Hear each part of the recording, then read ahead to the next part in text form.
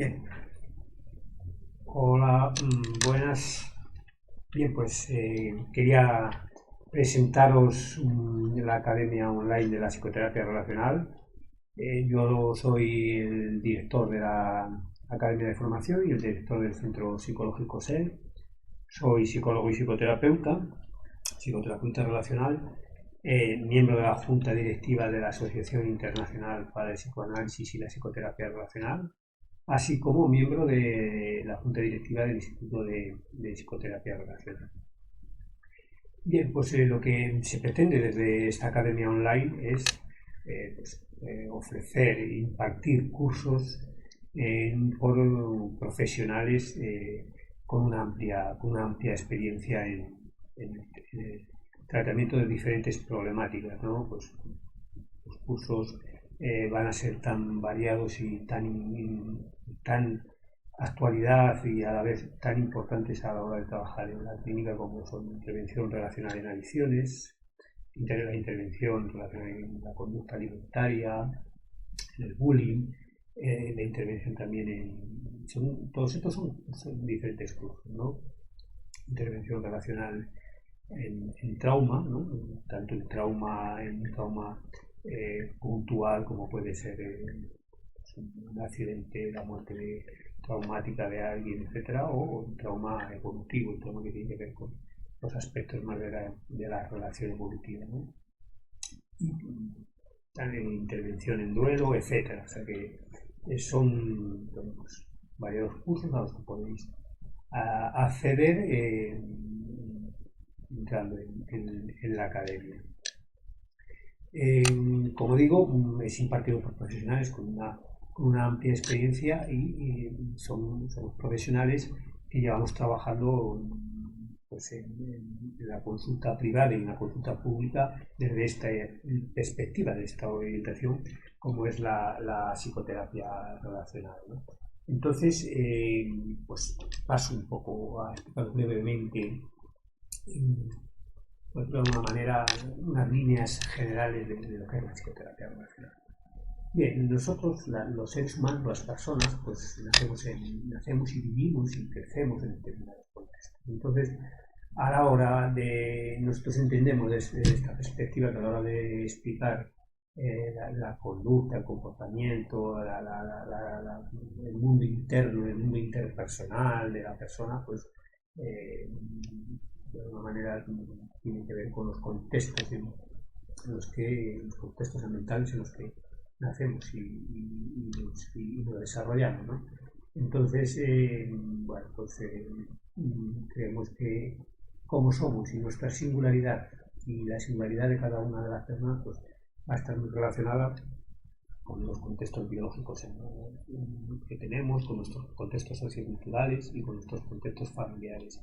De alguna manera todos estos contextos pues influyen, se relacionan con la persona y la persona se relaciona con todos estos contextos e interaccionan, ¿no?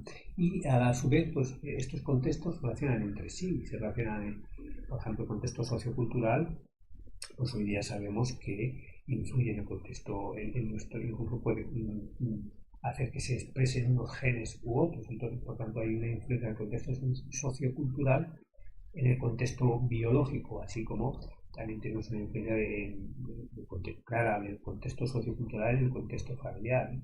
El actual contexto cultural, una cultura bueno, pues sobre todo en Occidente, de capitalista, de rendimiento, de consumo, etcétera, pues todo esto afecta al contexto familiar, ¿no?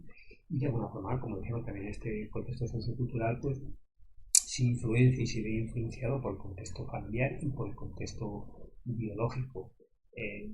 Veremos con el tiempo pues, cómo está influyendo toda esta nueva evolución del contexto en el sentido de todo lo relacionado con con las tecnologías de la comunicación, ¿no? Con las TIC que decimos. Entonces, con alguna forma, pues todo esto también va a influir en nuestro desarrollo y en nuestra biología. hay en ocasiones en que, bueno, pues ya la investigación nos demuestra que, por ejemplo, una mamá que está viviendo en un contexto estresante, pues de alguna forma todas estas hormonas, como son cortisol, etcétera, pues cuando está embarazada, pues las puede transmitir. Se lo transmite a su hijo. Tenemos el caso, no sé si alguna habéis tenido la oportunidad de ver, pues yo sí, niños que nacen con el síndrome de abstinencia ya, por decirlo de alguna manera, o sea, niños que son hijos de padres que consumen, hijos de una madre que ha consumido durante la etapa de gestación y el niño pues, con un síndrome de abstinencia. Entonces, bueno, pues lo que de alguna manera nosotros y a la perspectiva o a la línea de trabajo que nosotros nos adscribimos sería al paradigma de la complejidad, en el sentido que no creemos que el contexto biológico lo explique todo, o sea, los aspectos médicos, los aspectos de la biología pueden explicar al ser humano como un todo, ni tampoco sus pensamientos o sus condiciones, ni tampoco los aspectos sociales, culturales, ¿no? ni el contexto familiar. Todos estos contextos y la interacción entre ellos, pues digamos que son lo que explican la singularidad de la persona. Por tanto,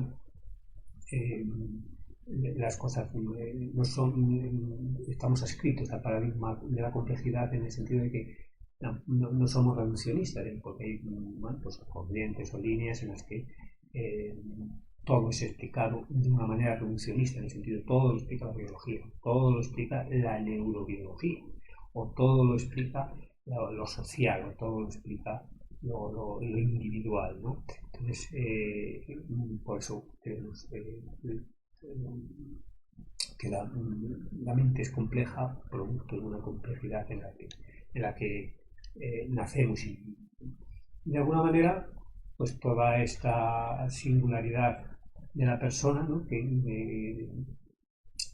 es bueno, pues, que es debida a los contextos en los que vivimos, pues todos estos contextos de alguna manera nos generan pues, en cada persona su manera de pensar, su manera de sentir, su manera de comportarse, ¿no? Y a su vez, pues toda esta manera de sentir, de comportarse, se relacionan entre sí, ¿no? También en el sentido de que, por ejemplo, pues nuestra emocionalidad, nuestra afectividad va a influir en cómo nos comportamos en nuestra conducta y a la vez nuestra conducta va a influir en cómo nos sentimos, en nuestra emocionalidad y todo esto en nuestros pensamientos, en nuestras condiciones. De nuevo, la relación entre todos estos elementos, la interacción entre todos estos elementos y la interacción entre todos estos elementos y la singularidad, subjetividad de la persona. ¿No? Como podéis ver, no hay un reduccionismo en el sentido de las cogniciones y los pensamientos son todo y trabajar sobre eso, ¿vale? Ni solo los aspectos afectivos emocionales.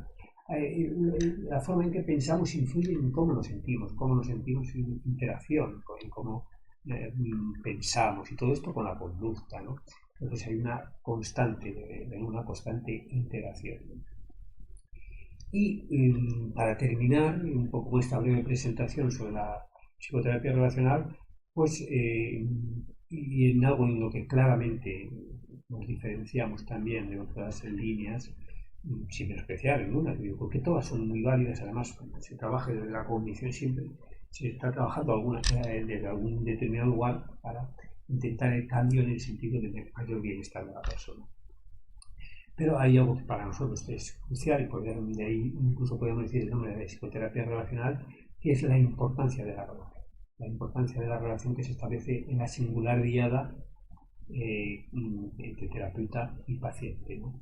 Digo singular diada en el sentido de que cada terapeuta y cada paciente, bueno, pues generan un vínculo que no va a ser igual que ese mismo terapeuta con otra persona, con otro paciente. Entonces, siempre hay una singularidad que va a depender de las subjetividades, como hemos visto, de cada uno.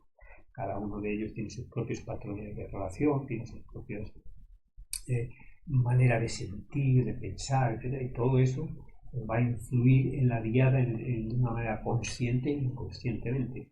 Entonces, desde esta perspectiva lo que trabajamos mucho es los procesos que se dan en esta relación, ¿no? Esa forma para poder ayudar a la persona que consulta, al paciente, pues como de alguna forma nosotros tenemos que, desde esta perspectiva, si lo queremos, tenemos que formar parte de esta vía a la otra, no podemos ser neutrales, por decirlo de alguna forma. Y esto queramos o no queramos. El terapeuta está y quiera o no quiera, está participando, ¿no? Entonces, la cuestión es si vamos a tener en cuenta o no vamos a tener en cuenta todo este tipo de procesos y de situaciones que son, ya digo, a nivel consciente y a nivel inconsciente, ¿no? Y bueno, pues un poco esta sería el querer acercaros la perspectiva relacional para poder saber más bien de qué van a ir. Por cada curso, lógicamente, va encaminado a cada tipo de problemática, como pueda ser las adicciones, como pueda ser la conducta alimentaria, etcétera, ¿no?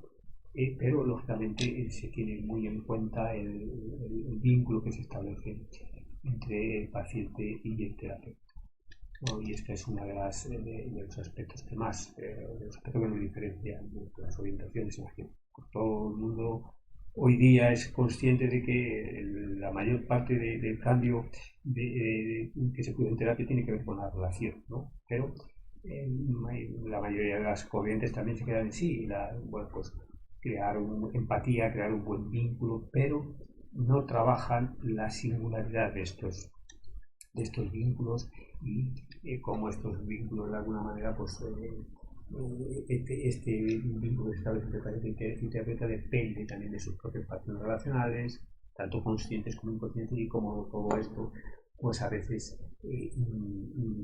está relacionándose e influyendo en el proceso terapéutico. A veces sin todo a nivel de lenguaje no verbal y no nos damos cuenta de ello, pero se trata de poder ir haciendo cada vez más consciente todas esas aspectos que estaban disociados, que estaban negados, y que todo esto pueda, digamos, ser trabajado en la relación. Bueno, hasta aquí esta breve presentación. Espero veros en los cursos y que vuelvo a repetir que sobre todo son cursos eminentemente prácticos, ¿no? En el que se va a trabajar con muchos casos, ya cuando trabajamos con adicciones, cuando trabajamos con trastorno conducta alimentaria, por lo que vais a poder ver cómo se trabaja desde la práctica libre. Lógicamente todo esto desde un marco teórico consolidado, fundamentado, ¿no? Y que de alguna forma cuando expliquemos, cuando se explica un caso y cómo se trabaja con este caso, vais a ver cómo, desde qué marco teórico y desde qué fundamentación. Nada más. Espero veros y que vaya bien.